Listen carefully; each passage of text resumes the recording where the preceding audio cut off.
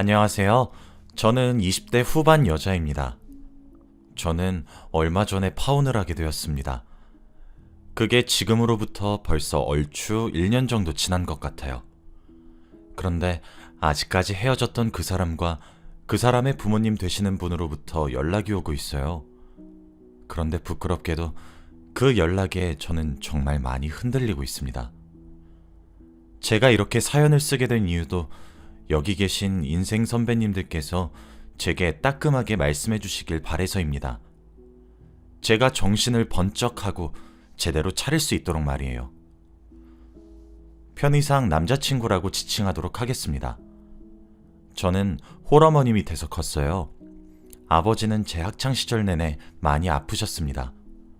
점점 쇠약해져가는 아버지의 모습에 가슴이 아팠지만 아버지의 병원비를 책임지랴 저와 함께 사는 생계비를 책임지랴 정말 고생하시는 어머니의 모습도 마음이 아팠습니다. 그래도 저와 어머니는 이 힘듦을 평생에도 좋으니 아버지가 계속 살아계시길 바랬어요. 하지만 아버진 제가 성인이 되자마자 세상을 등지셨습니다. 오랜 기간 동안 병마와 싸워오다 보니 아버지도 많이 지치셨던 거죠.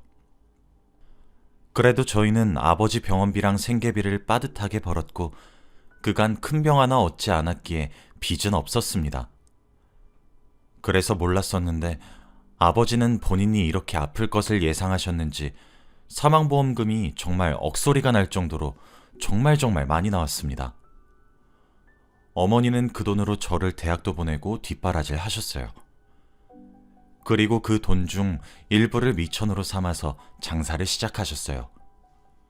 좋은 위치에서 시작한 장사이긴 했는데 입소문도 점점 퍼졌고 장사가 점점 잘 되었어요. 텔레비전 방송에도 출연할 정도로 그 지역의 맛집으로 자주 소개되곤 했어요. 저도 그래서 낮엔 대학교에 나가 공부를 했고 공부를 마친 밤엔 어머니의 가게에 돌아와 어머니를 도왔어요. 어머니는 하지 말라고 하셨지만 제 마음이 그게 아니었으니까요. 그리고 어머님도 내심 좋아하셨기도 했고요. 매일 어디 가면 딸내미인 제 자랑을 하곤 했거든요. 그렇게 점점 형편은 나아졌고 살만해졌죠. 저 또한 취업에 성공하여 돈을 벌기 시작했습니다. 그러다 남자친구를 만나게 되었습니다. 어느 여자들이 그렇듯 다정한 남자에 끌리게 되어 있잖아요. 저도 그랬습니다. 제게 다정하게 대해주는 그 사람이 제가 살면서 처음 만난 남자친구였으며 제 세상의 전부라고 여길 수 있었죠. 자연히 연애를 몇 년 하게 되었고 저는 이 남자와 함께할 미래가 그려지기 시작했습니다. 그리고 저는 프로포즈를 받게 되었어요. 저는 기쁜 마음으로 그 프로포즈를 받아들였고 결혼 준비를 해나갔습니다. 남자친구도 저희 어머니에게 인사를 드렸고 저도 제 예비 시댁이 될 곳에 인사를 드리러 갔어요. 시아버지 되실 분은 오랜 시간 동안 교편을 잡으셨던 분이셨고 시어머니가 되실 분은 전업주부셨어요. 그런데 시어머니의 언행이 조금 하게 되는 화법이셨죠. 자세하게 생각하라고 하면 잘 기억은 나지 않는데 몇 가지 짚어보자면 저희 아버지가 오랜 시간 병원에 있다가 돌아가셨고 하니까 그 병은 유전 아니니? 그러다 우리 아들도 혼자 되면 어쩌나 몰라? 라고 하시는데 이게 말투가 경박스럽지도 않고 굉장히 우아한 화법으로 말씀을 하시니까 저도 모르게 시댁에서는 그게 유전으로 생각이 드셔서 걱정하실 수 있을 수도 있겠다 싶더라고요. 아버지가 돌아가시고 어떻게 자랐냐는 질문에 어머니 혼자 장사를 하셔서 고생을 많이 시켰다고 했더니 아유 억세시다 하시길래 제가 무슨 뜻인가 싶어서 네? 라고 하니까 아니 혼자서 어떻게 이렇게 야무지게 키우셨는지 너무 대단하다 느껴져서 그래 하시는데 이게 기분이 묘한 느낌이라고 해야 하나? 콕 집어서 말은 하지 못하겠는데 이게 애매하게 기분은 나쁜데 티내긴 굉장히 어렵고 자칫하면 제가 되바라지게 보일 것 같고 그런 거예요.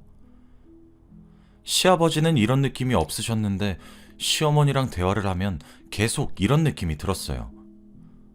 저희 어머니가 장사를 하시니까 장사꾼이라고 낮잡아 부르질 않나 계속 묘하게 신경을 툭툭 건드리는 거예요. 제가 되물으면 아닌 척 하시고 참 대하기 어렵다는 생각이 들었죠. 저는 회사가 어머니가 일하면서 지내시는 곳과 상당히 멀어서 취직 이후에는 작은 소형 아파트를 하나 구매해서 살았어요. 아무래도 서울에서 혼자 사는 것도 마음이 많이 쓰이는데 치안이라도 좋아야 되지 않겠냐고 어머니께서 제 명의로 하나 구매해 주셨거든요. 제 남자친구는 그 아파트가 제 명의란 사실은 모르고 있었고요. 그리고 어머니는 그뿐 아니라 제게 아버지 몫으로 나온 사망보험금도 미리 주셨습니다. 어머니는 아버지 사망보험금 일부를 미천 삼아서 장사를 시작했지만 제가 모르는 사이에 재산을 점차 조금씩 불러나가셨고 제가 생각했던 것보다 훨씬 부자시더라고요. 그래서 아파트를 감사하게 받았죠. 그리고 결혼 이야기가 오고 가게 되니까 어머니가 불려나간 돈 중에서 아버지가 받은 사망보험금 8억 정도를 제게 주셨어요. 제가 너무 많다고 했지만 돈 없이 결혼을 하게 되면 작아지는 경우가 종종 있고 서울에서 지내게 될 건데 집값도 억소리 나지 않냐고 하시면서요. 아버지 없이도 이렇게 대견하게 자란 것이 너무 자랑스러우니까 엄마 노릇 좀 하게 해달라고 하시는데 정말 너무너무 감사했죠. 그렇게 저와 남자친구는 결혼에 대해 이야기를 하기 시작했어요. 남자친구는 이제 곧 남편 될 사람이니까 제가 모은 돈과 어머니로부터 받은 돈을 알려주었어요. 그랬더니 입을 떡 벌리면서 어머님께 너무 감사하다면서 어쩔 줄을 모르더라고요. 그런데 문제는 그 이후였습니다. 남자친구가 자신의 어머니께 이 얘기를 했나 보더군요. 물론 처음부터 알아차렸던 것은 아니었습니다. 그 이후부터 갑자기 살갑게 변한 예비 시어머니의 태도가 솔직히 마땅찮았고 못마땅하게 느껴지긴 했습니다. 부담스럽기도 했죠. 왜냐하면 갑자기 호칭도 얘, 너 이런 거에서 새아가로 바뀌고 살가워지시니까 무섭기도 했거든요. 그래도 어른이 제게 그렇게 먼저 다가온다는 것이 쉽지 않은 일인 것처럼 느껴져서 제 나름대로 예의를 차렸고 살갑게 대했습니다. 어머님 하면서요. 그렇게 몇 달이 지났을까 어머님께서 예단과 예물 이야기를 하시더라고요. 저랑 남자친구는 생략하기로 이야기가 끝났거든요. 제가 남자친구랑은 생략하기로 했는데 전에 듣지 못하셨냐고 공손하게 물어보니 성질을 빽 내시면서 그래도 챙기고 할 거는 다 챙겨야 되는 것 아니겠냐며 썽을 내시는 거예요. 그러면서 제게 종이를 내미셨죠. 그리고 제가 모은 돈 1억과 어머니께 지원받은 8억으로 전 9억을 가져가고 남자친구는 모은 돈 5천만 원에 시댁에서 2억 지원받는 걸로 알고 있거든요. 그러니 제가 6억 5천 정도 더해가는 셈이죠. 그래서 집은 제 명의로 하기로 했어요. 제가 진짜 몇 천만 원 더 가져가는 것도 아니고 몇 억씩 더 가져가니까요. 당연한 소리잖아요. 물론 아직 집을 계약하기 전이었지만 저희는 그렇게 정했었죠. 그런데 어머님께서 제게 종이를 건네면서 그래도 남자기를 살려주기 위해서 집은 아들의 명의로 하라고 하시는 거예요. 정말 당황스럽고 못 들은 척을 하면서 어머님, 이 종이는 뭔가요? 하면서 펼쳤는데 진짜 목록이 너무 어이가 없는 겁니다. 저희 그렇게 11억 5천만 원으로 제가 7억짜리 집 해가고 남자친구는 제가 집을 해가는 대신 모든 예식 비용과 신혼여행 경비, 기타 등등을 지불하기로 했거든요. 그리고 남은 돈은 저희 부부 비상금으로 쓰기로 했고요. 그렇게 남자친구 돈은 많이 깨져봤자 대충 1억이라고 치면 저희가 남길 예상 비상금은 3억 5천만 원 정도였어요. 그런데 어머니께서 내미신 목록의 금액이 딱 3억 5천만 원이더군요. 처음엔 숫자를 잘못 세웠나 싶었습니다. 그런데 3번이나 다시 세어도 3억 5천만 원이 맞더라고요. 목록의 내용도 정말 가당치도 않아요. 에르메스라는 최고급 명품 가방 3개, 밍크 모피 코트 2벌, 최고급 전자제품들과 동시에 본인 희망사항이 적혀 있더라고요. 제가 다시 종이를 접어 어머님께 돌려드리며 어머님, 저랑 남자친구가 정했을 때는 제가 집을 해가긴 하지만 서로 예물과 예단을 주고받지 말고 저희끼리 잘 살자고 얘기가 된 것으로 알고 있는데, 그럼 제가 저것들을 다 준비하면 저도 받을 수 있나요? 라고 아주 공손하게 여쭈었더니 어머님이 정말 아무렇지도 않게 호호 웃으시며, 어머, 세아가 너는 여자이지 않니? 원래 이렇게 사소한 것들은 여자들이 챙기는 거야. 역시 어리다 어려 하시는 거예요. 어머님, 제가 웬만하면 어머님이 원하시는 대로 맞춰드리고 싶은데 금액이 너무 커요. 저희 집 구하고 예식이랑 신혼여행에 돈 쓰고 남은 돈은 혹시 모를 미래를 대비해서 저축하기로 했어요. 그런데 예기치 않게 저희가 예상한 비상금의 액수와 딱 맞아떨어지네요. 그리고 제 쪽에서 일방적으로 해달라고 하시는 것도 조금 솔직하게 말씀을 드리자면 언짢습니다. 오늘 이야기는 못 들은 걸로 할게요. 죄송합니다. 하고 자리에 일어서려고 했어요. 그런데 어머님의 표정이 180도 바뀌면서 제게 호통을 치시고 소리를 높이면서 눈앞에 놓여있던 커피를 제게 뿌리시는 것이 아니겠어요? 애비 없이 자른 며느리 될 사람이라 우냐우냐 해주었더니 어따 대고 두 눈 똑바로 뜨고 어른들이 하면 내내 하면 따를 것이지 따박따박 말댔구야. 너희 엄마가 너 그렇게 가르쳤니? 이래서 집안을 보고 결혼해야 된다니까. 됐다. 내 눈앞에서 당장 사라지거라. 기분 더럽게 진짜 하시는 거예요. 저는 순간적으로 제게 무슨 일이 일어났는지 파악조차 되질 않았습니다. 근데 그때 제가 정신이 번쩍 들더라고요. 이 아줌마랑 엮이면 안 되겠다는 생각이요. 돌려드리려고 했던 목록이 적힌 종이는 제가 다시 챙겼어요. 파혼할 건데 원인이 남자친구의 어머니이므로 위약금을 내게 하기 위한 증거로요. 종이를 챙겨나가는 제 모습에 무슨 희망을 보신 건지는 모르겠지만 나가는 길에 종업원분께 잠시 밖에서 이야기를 할 수 있겠냐고 물었고, 다행히 종업원분도 당황하시는 듯 하였으나 절 따라 나와주셔서 그 자리에서 CCTV를 주실 수 있겠냐고 조용히 얘기를 드렸습니다. 원래는 경찰 동행하에 주시는 곳도 많은데 그곳에서는 바로 주실 수 있다고 하시더라고요. 제 메일 주소와 전화번호를 적어드리고 난 이후에 전 집으로 돌아갔습니다. 집에 돌아왔는데 어머니로부터 전화가 울리더라고요. 정말 아무렇지 않은 티를 많이 낸다고 냈는데 막상 어머니의 목소리를 들으니 저도 모르게 그만 왈칵 눈물이 쏟아졌어요. 어머니는 제 눈물 섞인 이야기를 차분하게 들어주셨고 일단 진정하라고 저를 달래셨어요. 그러고 난 이후 이 결혼은 다시 생각을 해보자 하셨죠. 저도 그 말에 동의를 했어요. 어머니가 그러시더라고요. 시어머니 자리에 앉을 사람이 너무 독하다고요. 그리고 이 이야기는 어른들끼리 다시 해봐야 할 것 같으니 일단 가만히 있으라고 하셨죠. 사실 그로부터 며칠 뒤에 양가 부모님을 모시고 식사 자리가 마련되어 있었거든요. 상견례도 할 겸 겸사겸사로 마련한 자리였어요. 사실 저랑 남자친구가 알아서 결혼 준비를 착착 하고 있었고 저희 어머니랑 시아버지 되실 분께서 바쁘시다 보니까 부모님들끼리 인사를 나눈 자리는 자꾸 미뤄졌었거든요. 그렇게 식사를 하게 되는 날, 식사가 나오기 전부터 식사가 전부 끝날 때까지 남자친구 어머니의 언행이 다소 불쾌했고 지나치다는 생각이 참 많이 들었습니다. 저에게만 그렇게 얕잡아 보시는 거면 아무렇지 않았는데 혼자서 고생고생해서 키워준 저희 어머니까지 싸잡아 낮은 사람 대하듯 대하시니 참 기분이 이상하더군요.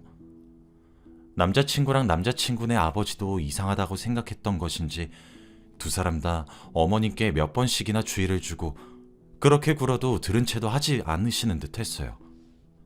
식사가 다 마무리되고 디저트가 나와 입가심을 할 때 저희 어머니가 입을 여셨습니다. 저번에 저희 딸과 만났다고 들었습니다.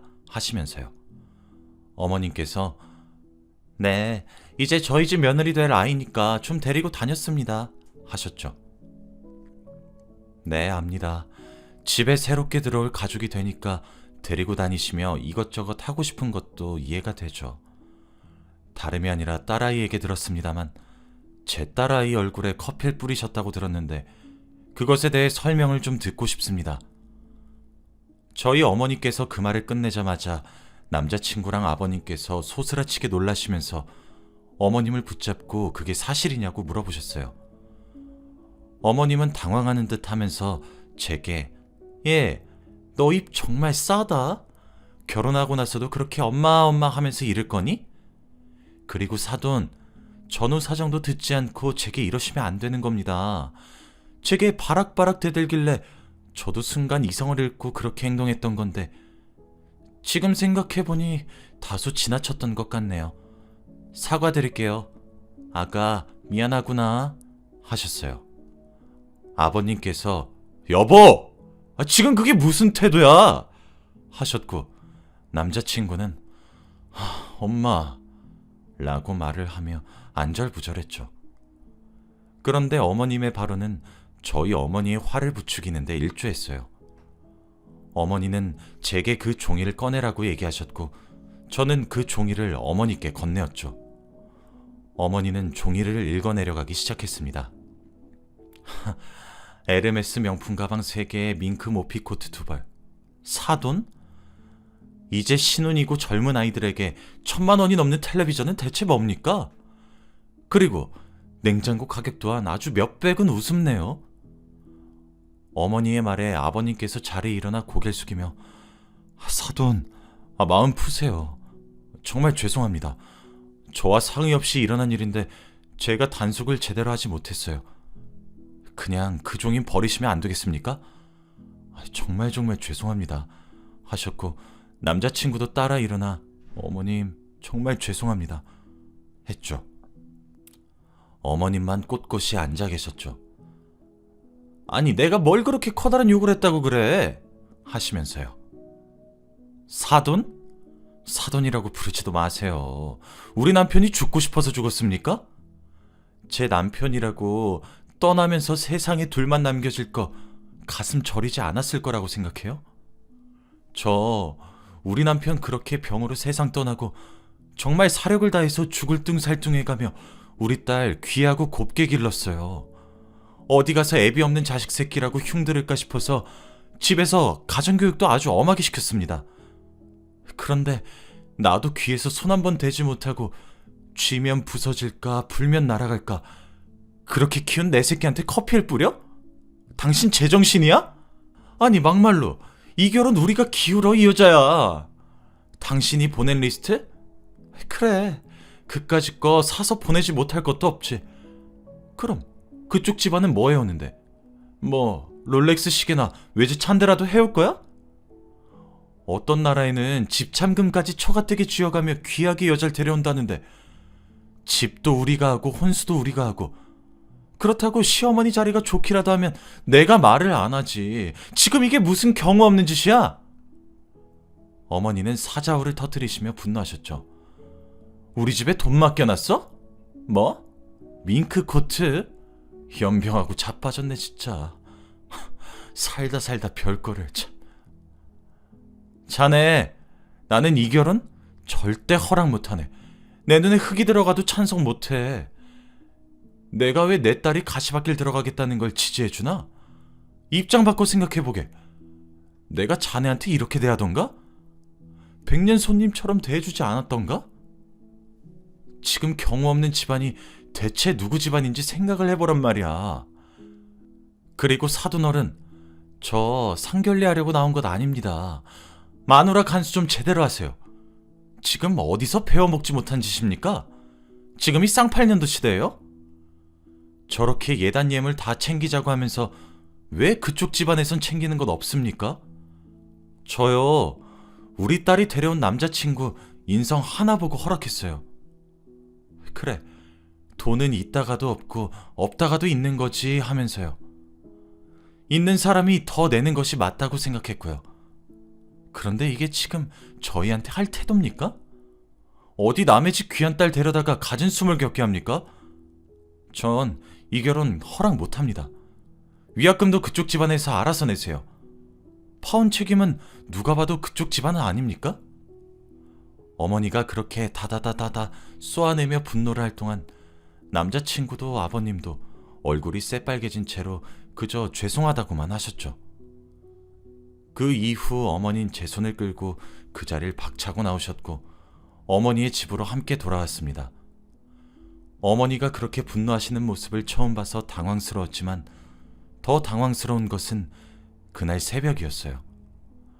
아무래도 마음이 술렁거려 잠을 설치다가 화장실을 가려고 하는데 어머니 방에서 작게 흐느끼는 소리가 들리더라고요. 당신이 우리를 두고 먼저 떠나서 귀한 딸이 이런 일을 겪는 거라고 가슴을 치며 흐느끼고 계시는데 내가 정말 불효하고 있다는 생각이 들었습니다. 그렇게 저는 남자친구에게도 내 마음은 우리 엄마의 마음과 같고 결혼 전부터 저런 태도를 취하시는데 결혼 이후엔 어떻겠냐고 지옥불 스스로 걸어 들어갈 생각은 없다고 단칼에 헤어지자고 했어요. 그 이후 아버님이 정말 미안하다고 따로 만나자 그러셔서 만나서 제대로 사과를 받았고 어머님에게도 뭐 표면적인 사과는 받았고 남자친구와 아버님이 시댁과 왕래하지 않아도 되니까 다시 생각해보라고 재차 권유했지만 가진 고생해가며 키운 어머니 가슴에 대못 박으며 결혼하고 싶지 않다고 거절했어요. 그렇게 헤어진 지 1년 정도가 지났습니다. 물론 결혼하려는 생각은 없습니다. 남자친구와 사귈 때는 어머님께 보인 모습이 없었어요. 정말 자상했고 절 위해주는 사람이었거든요. 아마 아버님을 많이 닮은 듯 합니다. 아버님이 교육자여서 훈육을 잘하신 것 같기도 하고요.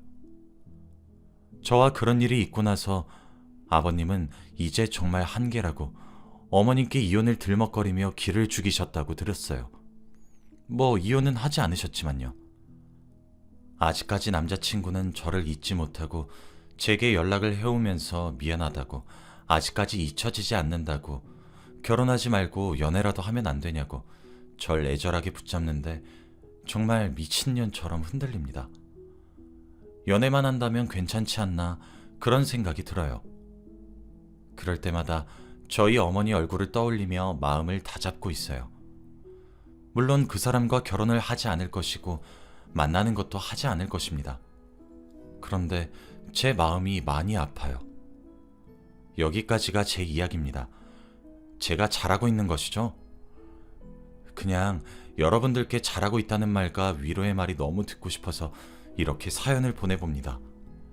긴 이야기 들어주셔서 정말 감사합니다.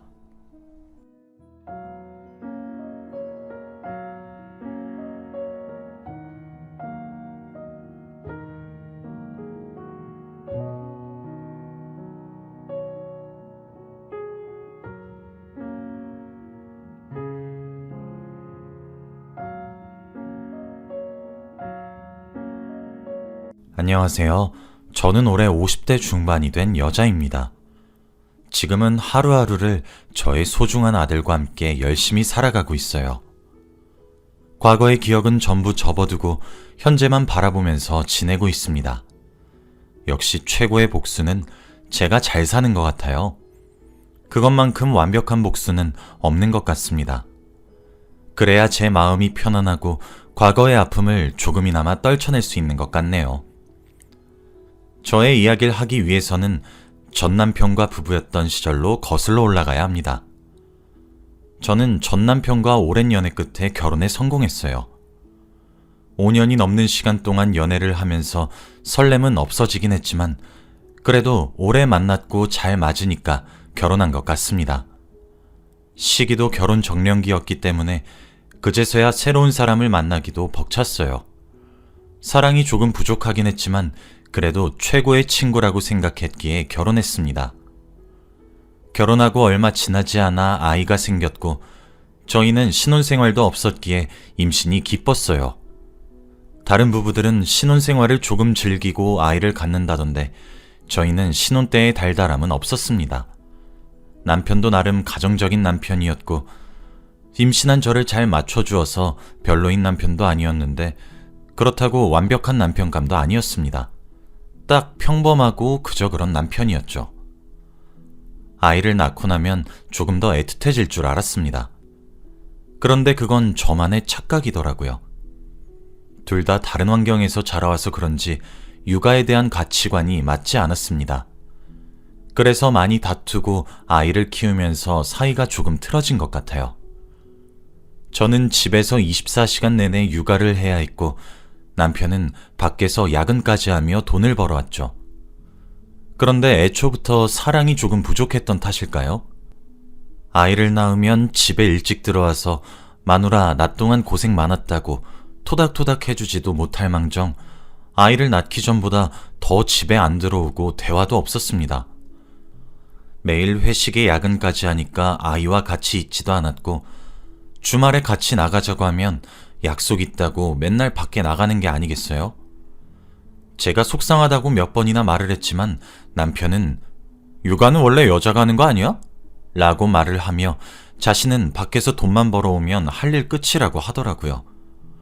그런 가치관 때문에 부딪힌 적이 한두 번이 아닙니다. 저도 결국 포기를 했고 집에서 아들만 바라보며 육아에 몰두했죠. 그런데 얼마 전 제가 아주 충격적인 것을 보게 되었습니다. 오랜만에 아들을 일찍 재우고 남편과 같이 한 침대에 누워 있었어요. 그런데 남편이 계속해서 휴대폰만 보고 있었고 제가 묻는 말에 건성으로 대답하는 겁니다. 뭘 그렇게 열심히 보고 있나 싶어서 잠깐 봤는데 누구와 대화를 하고 있더라고요. 그런데 어플이 생긴 모양이 카톡과는 달랐고 이상하게 생긴 대화 앱이었습니다. 저는 남편 몰래 눈알만 돌려서 대화 내용을 봤는데 그 어플은 데이트 어플이더라고요. 모르는 여자와 대화를 하면서 히히덕거리는 어플이었습니다. 서로 익명으로 대화를 하는데 대화 수위가 굉장히 높더라고요. 저는 처음으로 남편의 그런 사생활을 보았는데 너무 놀라서 말문이 턱 막혔습니다. 남편은 웃으면서 계속 답장을 하고 있었고 아마 제가 몰래 보는지 몰랐던 것 같아요. 그리고 저는 자는 척을 하면서 언제까지 대화를 하나 지켜보고 있었죠. 제가 자는 척을 한 지 얼마 지나지 않아 남편은 갑자기 방을 나가서 거실에 가더니 전화를 하더라고요. 그런데 그 전화 상대를 들어보니 아까 대화를 하고 있던 그 여자 같았습니다. 둘은 대화로도 모자라 전화까지 하며 하하호호 거리더라고요. 남편의 그런 모습을 막상 직접 보니까 몸이 돌처럼 굳으면서 어떻게 대처를 해야 할지 모르겠더군요. 우선 남편이 전화를 하고 방에 들어와 잠에 들었을 때 남편 몰래 휴대폰을 열어 대화 내용을 다 저장했습니다. 그리고 그 여자의 전화번호도 알아냈죠. 나중에 혹시라도 쓸 일이 생길 수도 있으니 말입니다. 그런데 다음날 아침에 남편이 급히 저를 깨우더라고요. 남편이 하는 말은 가관이었습니다. 어제나 잘 때 내 휴대폰 봤어? 당신 진짜 소름이다. 제가 너무 급해서 어제 방문 기록을 제대로 지우지 못했더라고요. 그러면서 저한테 왜 자신의 휴대폰을 마음대로 보냐고 하는데 정말 황당했습니다. 그리고 저는 왜? 당신은 다른 여자랑 이상한 대화도 하고 전화도 하는데 그게 더 소름 돋는 거 아니야? 라고 했죠. 남편은 그게 왜? 내가 무슨 바람을 피웠냐? 그 사람 얼굴도 모르고 어디 사는지 아무것도 몰라. 너무 심심해서 전화랑 대화만 하는데 그게 문제야? 그러면 너도 다른 남자랑 하던가. 라고 하며 적반하장이었죠. 당당한 남편의 태도를 보고 할 말을 잃었습니다. 남편은 제가 자신의 휴대폰을 몰래 본 것만 알았고 제가 그 대화 내용을 모조리 제 휴대폰으로 옮긴 건 모르는 것 같더라고요. 남편은 화를 주체하지 못하고 집을 박차고 나갔고 저는 너무 당황스러웠습니다. 그리고 남편은 그 뒤로 아주 대놓고 바람을 피웠어요. 처음에는 그 여자와 옆에서 대화만 하고 전화만 하더니 이제는 아예 만나는 것 같더군요. 대놓고 그 여자를 만나러 가는 티를 팍팍 냈고 뿌리지 않는 향수에다가 구두까지 신고 나갔습니다. 그리고 하루 종일 그 여자와 전화를 하고 연락을 했죠. 아들은 어느덧 커서 초등학생이 되었는데 아빠와 전혀 친하지 않았습니다. 다른 친구들은 아빠랑 주말에 야구도 하고 축구도 한다는데 저희 아들은 아무것도 못하니까 속상했죠. 저한테는 못해도 아들한테는 최고의 아빠가 되기를 바랬는데 말입니다. 아들은 아빠와 친해지지 못했고 남편은 계속해서 밖으로 나다녔어요. 남편의 휴대폰을 몰래 보니 정말 본격적으로 그 여자와 사귀기 시작했더라고요. 그리고 얼마 뒤 아들의 생일인데 그것도 모르는 건지 그 여자와 호텔을 잡아 여행을 가기로 약속했답니다. 연락한 내용을 보는데 정말 눈에서 분노의 눈물이 차오르고 자고 있는 남편을 때려 죽이고 싶었어요. 그래도 꾹 참으면서 그 내용들을 전부 다 제 휴대폰으로 보내는데 얼마나 화가 났는지 모릅니다. 아들 생일날 선물이라도 줄 줄 알았던 남편은 생일 축하한다는 말 한마디도 없이 그 여자를 보러 집에서 나갔어요. 그리고 그날 그 여자와 기념일이라며 외박을 했습니다. 아들은 아빠가 밉다면서 서러워했고 저는 아들을 위해서라도 정말 복수를 해야겠다는 생각이 들더라고요. 아들과 둘이서 생일 파티를 하고 저는 제대로 증거 수집을 하기 시작했습니다. 매일 밤마다 이를 갈면서 두 사람의 불륜 증거를 수집했죠. 그런데 남편은 어느 날 조심스럽게 저를 부르더라고요. 중요하게 할 이야기가 있다고 하면서 말이죠. 나 다른 여자 생긴 거 알고 있지? 나 그 사람이랑 본격적으로 잘해보려고 해. 만난 지는 6개월 됐고 나랑 16살 차이나. 그러니까 이혼해줘. 어떻게 이렇게 뻔뻔할 수 있나요? 지금 생각해도 화가 미친 듯이 치밀어 오릅니다. 아주 당당하게 이혼을 하자고 했고 소송은 귀찮으니 깔끔하게 합의 이혼을 하자고 했죠.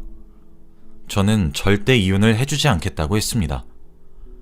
마음 같아서는 당장이라도 이 사람 얼굴을 보고 싶지 않았지만 이혼을 해주면 상간녀와 둘이서 행복하게 지낼 모습을 상상하니 도저히 이혼을 못 해주겠더라고요. 저는 남편에게 절대 이혼을 안 해주겠다고 못을 박았습니다.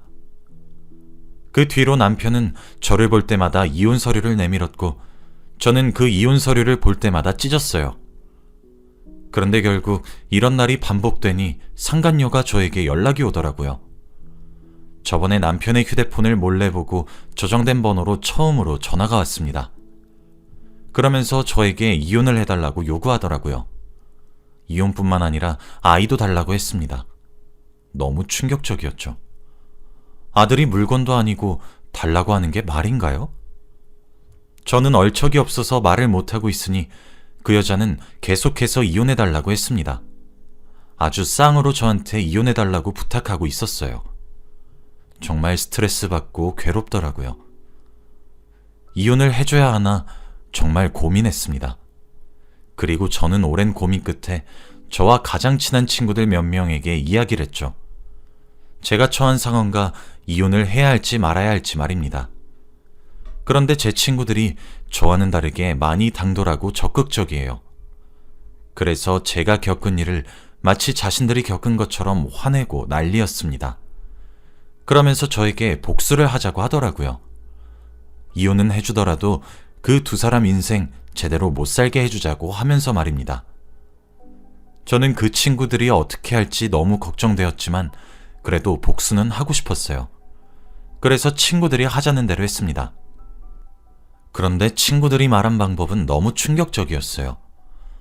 갑자기 친구들이 상간녀가 일하는 직장까지 알아왔더라고요. 그러면서 저에게 지금까지 수집한 자료들을 다 복사해서 파일로 만들어두라고 했죠. 저는 친구들이 하라는 대로 다 한 다음 친구들을 따라갔습니다. 친구들은 상간녀가 일하는 부서로 가서 대뜸 그 여자의 머리채를 잡아버렸죠. 회사는 난리가 났고 상간녀는 소리를 지르면서 놓으라고 난리였습니다.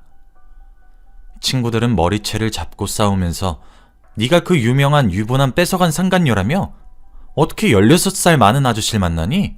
라고 하며 동네방네 상간녀가 저질러 놓은 일을 말하고 있었죠. 그때 팀장님으로 보이는 분께서 오셔서 무슨 일이냐고 했고 저는 준비해 놓은 자료들을 다 보여줬습니다. 상간녀는 팀장님, 저 좀 도와주세요. 이 사람들 당장 내쫓아달라고요. 라고 하며 도움을 요청했죠. 다들 모여서 그 자료를 보았고 팀장으로 보이는 사람은 갑자기 그 파일로 상간녀 머리를 내려쳤어요. 그러면서 당장 이 회사에서 나가라고, 넌 오늘부로 잘렸다고 했죠. 그리고 저에게 죄송하다고 허리 굽혀 사과를 한 뒤 저를 한 방으로 데리고 갔습니다. 그러면서 따뜻한 차를 한 잔 주시더니 사과를 하기 시작하셨죠. 정말 죄송합니다. 저희가 저런 직원인지도 모르고 뽑았습니다. 저희가 사람을 상대하는 업무라 저런 직원을 쓰면 회사 이미지가 어떻게 되겠나요? 그러니 제발 이 자료들은 퍼뜨리지 말아주시면 안 될까요? 정말 죄송합니다. 그렇게 말씀하시니 마음이 약해지더라고요. 생각해보면 회사가 무슨 죄가 있겠습니까? 저는 자료들을 회사 게시판에 다 올리려고 했는데 팀장님을 보고 마음이 사그라들었어요. 제가 원한 상간녀 인생 망치긴 성공했으니 회사에게 책임을 물고 싶진 않았습니다. 그리고 팀장님의 대처가 마음에 들었기에 저는 친구들과 같이 그 회사에서 빠져나왔죠. 상간녀는 머리가 산발이 된 채로 눈물을 뚝뚝 흘리며 짐을 싸고 있었고 친구들은 회사에서 나오자마자 또 갈 데가 있다며 빨리 움직여야 한다고 했죠. 저는 영문도 모른 채 친구들이 데리고 가는 곳으로 갔는데 한 가정집이었습니다. 그리고 현관문이 열렸는데 모르는 아주머니와 아저씨가 계시더라고요. 그러면서 서로 몰라서 어색해하고 있었는데 갑자기 저한테 복사해 놓은 자료를 건네라고 했습니다. 저는 친구들의 말을 듣고 그분께 자료를 넘겼고 친구들에게 귓속말로 그래서 이분들이 누구신데? 라고 했더니 친구들은 상간녀 부모님이라고 하는 게 아니겠어요? 상간녀 부모님은 제가 준 자료들을 읽으실수록 표정이 일그러졌고 화가 나시는 것을 느낄 수 있었습니다. 그리고 마침 회사에서 짐을 챙기고 울면서 집으로 돌아온 상간녀가 저희가 자기네 집에 있으니 당황을 하며 뛰어오더라고요. 그러면서 당신들 뭐냐고 하며 집으로 들어왔고 상간녀 어머니는 상간녀를 보자마자 뺨을 내리쳤습니다. 그리고 상간녀를 잡으면서 내가 너를 어떻게 키웠는데 유부남 아저씨랑 바람을 피우냐고 당장 나가라고 하며 동네가 난리 났고 저희가 현관문을 열고 있으니 동네 사람들이 지나가면서 구경을 다 했습니다. 그리고 소리가 점점 커지고 난리가 나니까 상간녀가 결국 자기가 임신했다라고 하는 게 아니겠습니까? 제 남편의 아이라고 합니다. 근데 저는 놀라움보다 당황스러웠어요. 왜냐하면 남편은 저희 첫째 아이를 낳고 정관수술을 해서 임신을 시킬 수 없는 몸이거든요. 그래서 제가 당황해하며 말을 못하고 있으니 다들 제가 놀란 줄 알았나 봅니다. 상간녀 어머니는 죄송하다고 사과를 하며 제발 신고만 하지 말아달라고 했지만 저는 무시하고 친구들과 함께 그 집에서 나왔어요. 그리고 법원으로 가서 상간녀 소송을 했습니다. 송장이 가는 동안 남편과 이혼을 하기로 결심했어요. 그리고 남편한테 네가 만나는 여자 네 애 임신했다더라? 라고 하니 역시나 당황스러워 하더군요. 어떻게 임신이 되냐고 하면서 말이죠. 뭐 비밀은 상간녀만 아는 거니까 저는 더 이상 말하지 않았습니다. 아무튼 저는 상간녀에게 위자료를 많이 받게 되었고 남편과 이혼을 한 뒤 아들과 둘이서 살게 되었습니다. 그리고 상간녀와 남편이 둘이 어떻게 살게 되는지는 전혀 알지 못했습니다. 아들도 어차피 아빠를 없는 셈 쳤으니 별로 아쉬워하지 않더라고요. 아무튼 그렇게 아들이 중학생이 되고 고등학생이 될 때까지 전 남편과 연락 한번 하지 않았고 만난 적도 없습니다. 그런데 이제 나이가 50이 넘어가니까 몇 년 만에 전 남편한테 연락이 오더라고요. 아직 전화번호가 저장이 되어 있는 거에도 놀랐고 정말 오랜만에 온 연락이라 어떻게 반응을 해야 할지도 몰랐습니다. 저는 떨리는 마음으로 전화를 받으니 그 사람의 목소리가 이상했습니다. 다 죽어가는 목소리로 전화를 하더니 잘 지내? 라고 하더라고요. 그런데 그 사람이 몇 년 만에 저에게 전화를 한 이유가 뭔지 아십니까? 바로 자기가 지금 간이식을 받아야 할 정도로 몸이 안 좋은데 저와 아들한테 간이식을 부탁하는 전화를 한 거였어요. 정말 양심이라고는 전혀 없는 사람입니다. 저는 그 말을 듣는데 화가 미친 듯이 치밀어 올랐죠. 그래서 쌍욕을 내뱉으며 네가 만나는 상간녀한테나 받으라고 했습니다. 그런데 남편은 말도 꺼내지 마. 갈라선 지가 언젠데 라고 하더라고요. 들어보니 더욱 가관이었습니다. 저와 이혼하고 얼마 지나지 않아 헤어졌다고 합니다. 그리고 얼마 지나지 않아 집에서 정해준 남자와 상간녀가 결혼을 했는데 낳은 아이가 남편의 아이도 아니고 결혼한 남자의 아이도 아닌 아예 모르는 제3자의 아이였다고 하더군요. 그래서 아이의 아빠가 누군지도 모른대요. 결국 집에서 정해준 남자와 이혼을 하고 아이를 혼자 키운다고 합니다. 집에서도 버린 자식이래요. 그러면서 저에게 다시 간이식 이야기를 꺼내며 불쌍한 척을 하기 시작했죠.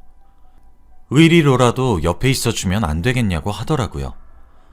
간이식이 힘들면 간병이라도 해달라고 했습니다. 저는 미친 듯이 화를 냈어요. 내가 너 죽기를 평생 기도할 거라고 하면서 말이죠. 그냥 빨리 죽으라고 했습니다. 그런데 전 남편은 나를 버리면 너도 후회할 거고 아들한테 평생 손가락질 받을 거다. 어떤 아들이 자기 아빠 죽게 내버려둔 엄마를 좋아하겠냐? 너 없어도 내가 아들 찾아가서 간이식 해달라고 할 거야. 라고 하며 전화를 뚝 끊더라고요. 설마 아들이 아빠한테 간이식을 해줄까 싶었지만 내심 아들이 흔들릴까봐 겁나긴 했습니다. 그런데 저와 이혼을 하고 나서도 행복하게 살지 않았다는 말을 들으니 조금 고소하더라고요.